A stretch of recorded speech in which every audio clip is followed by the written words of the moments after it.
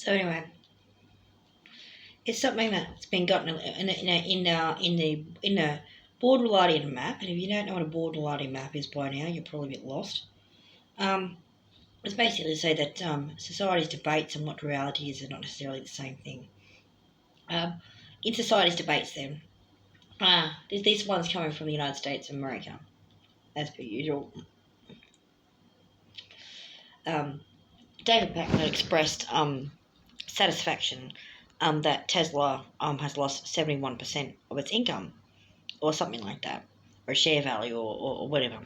And although bringing down a Goliath company like that might seem satisfying for the time being, because that man is a symbol of fascism, it doesn't actually bring down the fascism that country is rightly concerned about.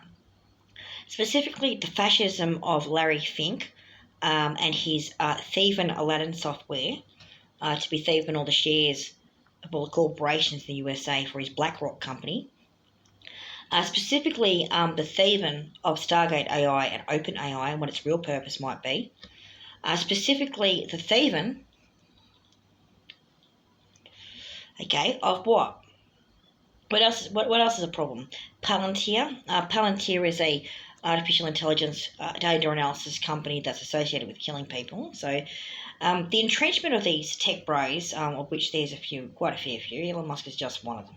Okay, there's Peter Thiel, there's Eric Schmidt, there's David Sachs, there's Mark Cuban, there's Mark Zuckerberg.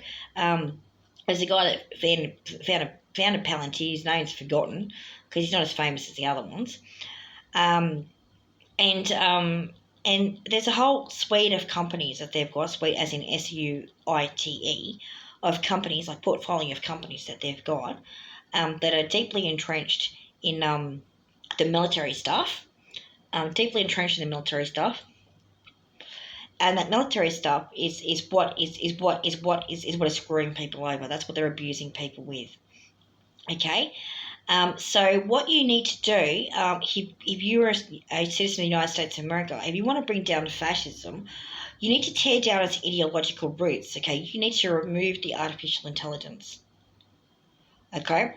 The protesters in Palo Alto, California, who at some point in the past, in the last couple of years, have decided to hijack one of your crosswalks so that a speaker box would beam out that Elon Musk and Mark Zuckerberg want to affect your conscious beings with AI, is a sort of like a cheap awareness campaign, but it's not really that much of an awareness campaign if it's done in Silicon Valley, because they're already there, and if they're doing that, then they already know that. So what you need to be doing is you need to be bringing down those companies. OpenAI, Neuralink, Palantir, BlackRock, just to name a few, and see where that gets you. Okay, because, see, the thing about Tesla is that Tesla is a car company that produced lemons. Okay, those cars are pretty crap. It's not to say that electric vehicles are a bad idea, because they're not. They're a good idea in some circumstances. Depends on how it works. With all things technological, it depends on what they're doing with it, doesn't it?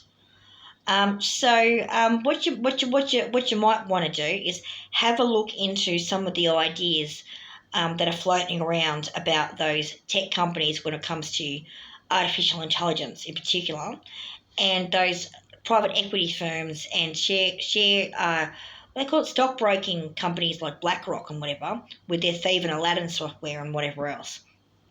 And see where that gets you. It might actually be a bit more strategic as a protest movement if you went after the actual edifices of the fascism, what actually finances them, the reason why they're being financed that way, and looked into that. I mean, so far the movement in the United States has been accurate to discern that, gutting Social Security or whatever, or pensions or something like that, or Department of Roads or something, is probably not going to stop that, considering the ones doing that were also letting their contracts continue. So you might want to have a look into that and do something about it.